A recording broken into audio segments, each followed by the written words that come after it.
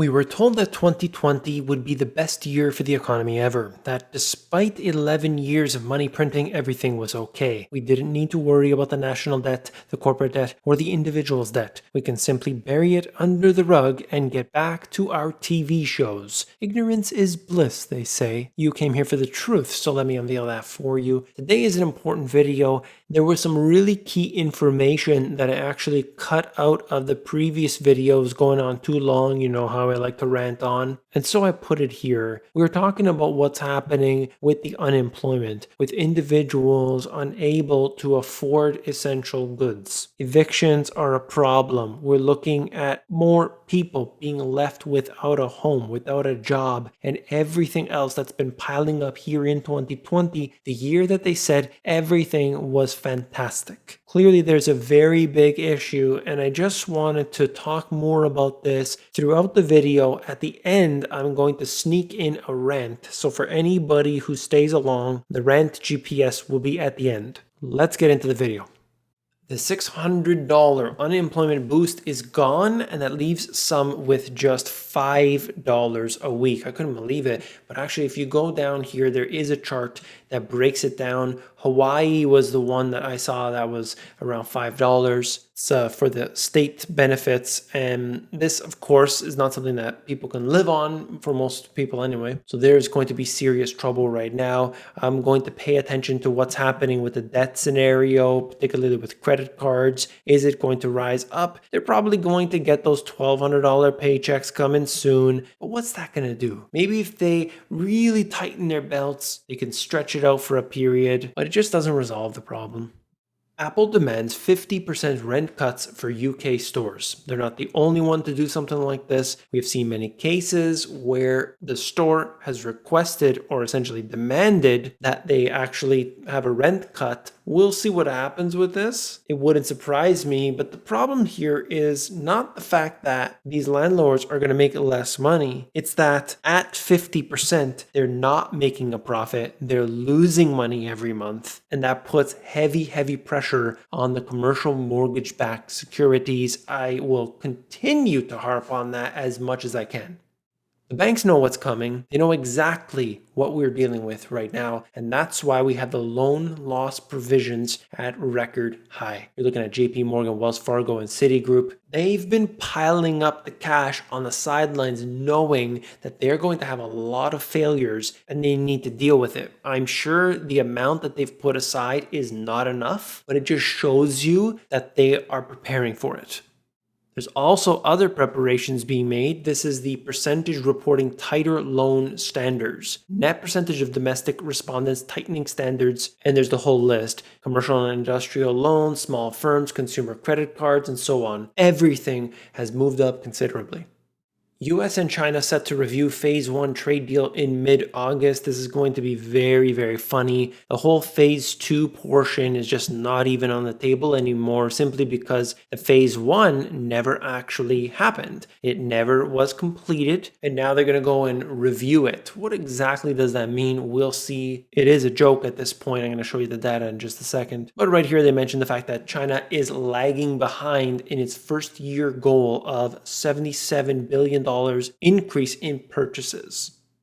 This Reuters article breaks it down in terms of all the different factors. You can see China only achieved 5% of the 25 billion energy target in the first half of 2020. So the agriculture, they have certainly purchased more than the energy side of it. That is very clear. You can see it's very small, but on the left-hand side, that column there, that's the first half of 2020, whether that's crude oil, natural gas, coking coal, thermal coal, propane, and so on. And then you look at the right-hand side, that's the target. They have to get all the way up to 25 billion, and they're only at a fraction of that amount right now. It's impossible.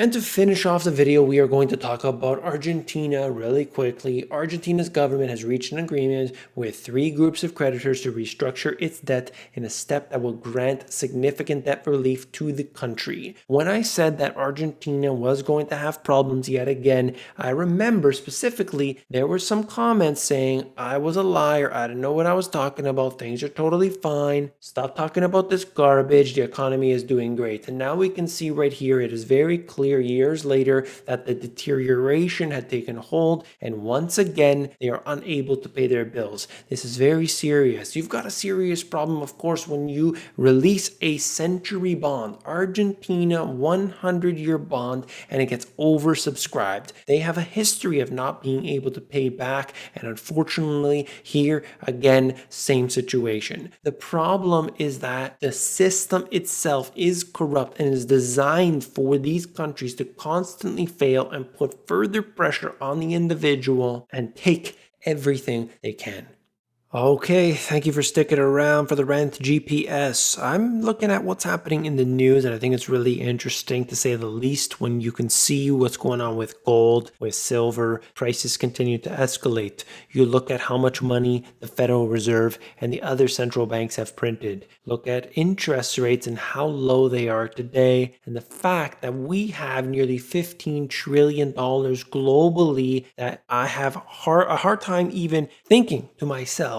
$15 trillion of negative yielding debt. Imagine what has happened to the financial system in just a matter of basically 2 years. In 2018, if you were watching the whole time, you would know I documented it on a daily basis. 2018 was a devastating year for the financial system. 93% of assets were in the red. And why? Because the central banks stopped printing the cash. They reduced the cash printing, I should say. Less zeros and ones in a computer, and suddenly the financial system can't handle it. And you look at what we're dealing with right now with so much joblessness and the homelessness, poverty, food insecurity, the most massive wealth gap we have ever seen in history. You can blame what's going on right now here in 2020, but that problem has been going on for a long time. It's just the pin that pricked the bubble. When I look at what's happening with real estate, for instance, it's an absolute mess. We have a different situation when you look at, for instance, Canada. The bubble continues to grow. There are markets within the United States that are still doing well, but overall, they had been significantly overvalued, and it doesn't make sense. And the number one factor when I look at real estate, what is the median household income? What's the average family bringing in? And then you compare that to the average house price in that area. You're always going to have higher numbers and lower numbers, depends on the area. But when you see those matching up, it makes sense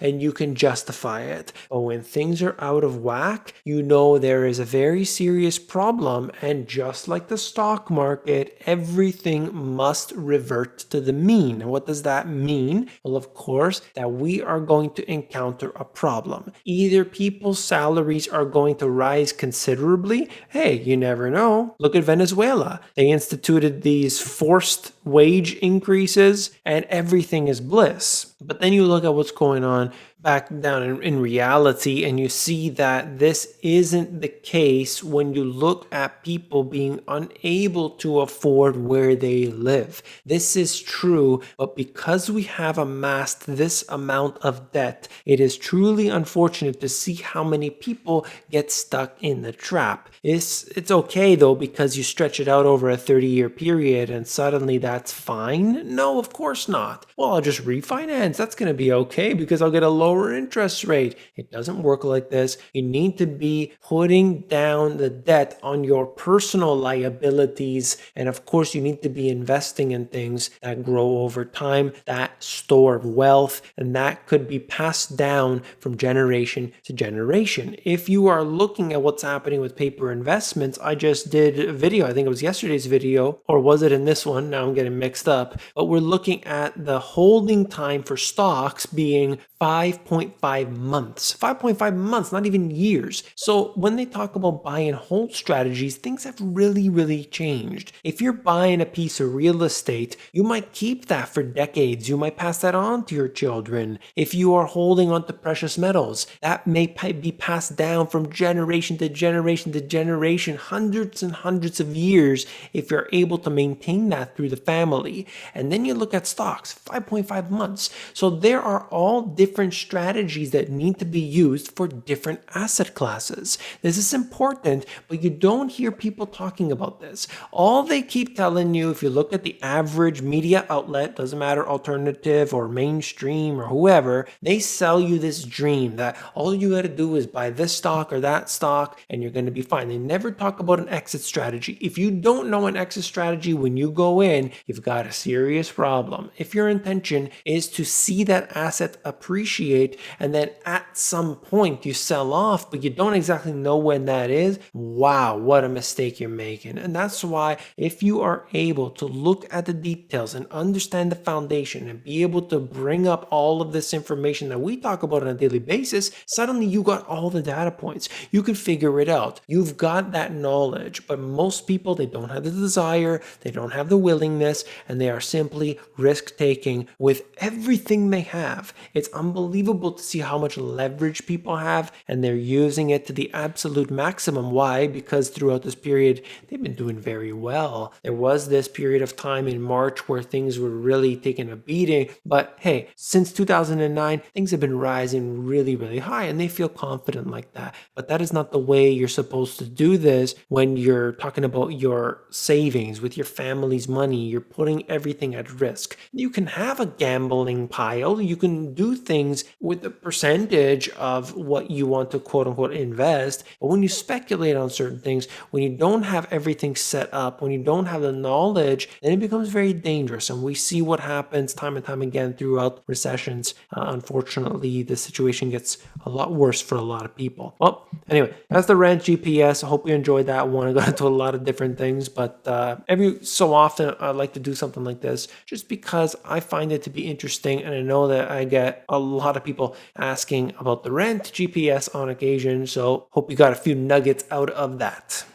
That's all for this video. If you found it informative, hit that thumbs up button. That's how you support this channel. I appreciate that. I appreciate the people watching the ads. It really, really does help me. Thank you very much. If you want to check me out on Instagram and Twitter and anywhere else, search The Money GPS.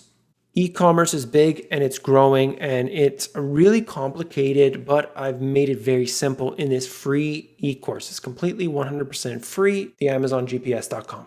If you want to understand the financial system from top to bottom, A to Z, this is where you got to be, and that is The Money GPS and Global Economic Collapse. These two books have everything you need to know. Check it out at the link in the description. If you want the audiobook, themoneygps.com. Wait a second, don't go anywhere. Have you seen this video? It's really informative and you definitely want to catch it. If you haven't already, click it. I'll see you there.